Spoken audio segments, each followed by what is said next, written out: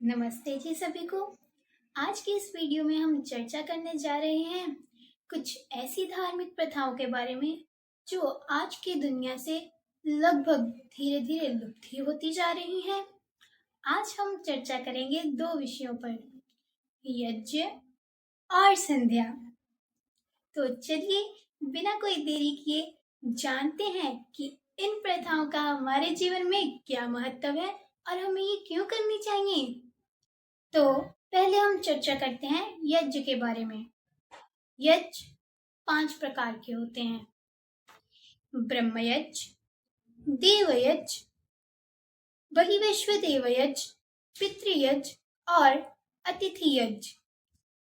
ब्रह्मयज्ञ अर्थात ईश्वर की उपासना करना और आर्ष ग्रंथों का स्वाध्याय करना।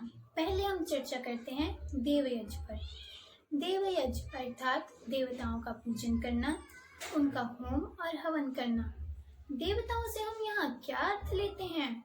वास्तव में देव का क्या अर्थ है? देव का अर्थ होता है देने वाला। जो देता है वही देवता होता है। यहाँ हम देव से लेते हैं पृथ्वी, जल, वायु, आकाश, चंद्र, सूर्य आदि आदि। यह हमें बहुत कुछ देते हैं। वाइस जल और water is the most important element for the sustenance of life on the earth. पृथ्वी पर जीवन के अस्तित्व के लिए जल बहुत महत्वपूर्ण है। यह हमें जीवन देता है। ऐसे ही वायु और air is vital for life cause it provides us oxygen for respiration which is essential for human survival.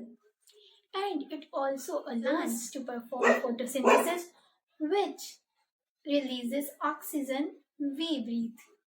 Additionally, the sun and the moon, known Surya or Chandra, and other elements gives us a lot. हमें इतना कुछ देते हैं, पर हम क्या करते हैं? सिर्फ और सिर्फ गंदगी फैलाते हैं और कुछ नहीं करते। Air pollution, noise pollution, water pollution, गाड़ियों से निकलने वाला धुआं एयर पॉल्यूशन करता है। जो फैक्ट्रियों से निकलने वाला वेस्ट है वो हम नदियों में बहा देते हैं, वाटर पॉल्यूशन। और कई अवसरों पर रात रात भर जो डीजे चलते हैं ऊंची आवाज पर, नॉइज पॉल्यूशन। तो हमारा ये दायित्व नहीं बनता कि हमारे ही वेलबींग के लिए हम ये करें और किसी के लिए नहीं। हमें ही तो अच्छा और स्वस्थ जीवन जीना है। हमें ही तो शुद्ध वायु और शुद्ध वातावरण की आवश्यकता है। मैंने आपको ये तो बता दिया कि हमें हवन क्यों करना चाहिए और इससे वातावरण की शुद्धि होती है, पर ये शुद्धि होती कैसे है? Let me explain you. Home करते समय जब हम अग्नि में सामग्री में विद्यमान औषधियों को समर्पित करते हैं तो वह औषधियां हवा में अर्थात वायु में चारों ओर फैल जाती हैं और वायु में फैले हुए कीटाणुओं का नाश कर देती हैं, जिससे हमारा वातावरण शुद्ध हो जाता है। तो इसीलिए हमें हवन करना और यज्ञ करना आवश्यक है। अब बात करते हैं संध्या की। संध्या ब्रह्म यज्ञ का ही एक भाग है। हम संध्या क्यों करते हैं? हम संध्या ईश्वर का धन्यवाद करने के लिए करते हैं कि ये जो सब साधन आपने हमारे को दिए, ये जो शरीर है ये आपका ही दिया हुआ है, हमारा कुछ नहीं है।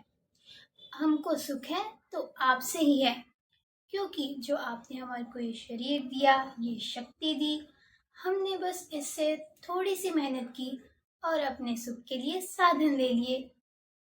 इससे हमारे अहंकार का नाश तो होता ही होता है और हम में सबके प्रति प्रेम की भावना भी जागृत होती है। तो इसलिए हमें संध्या करनी चाहिए। धन्यवाद।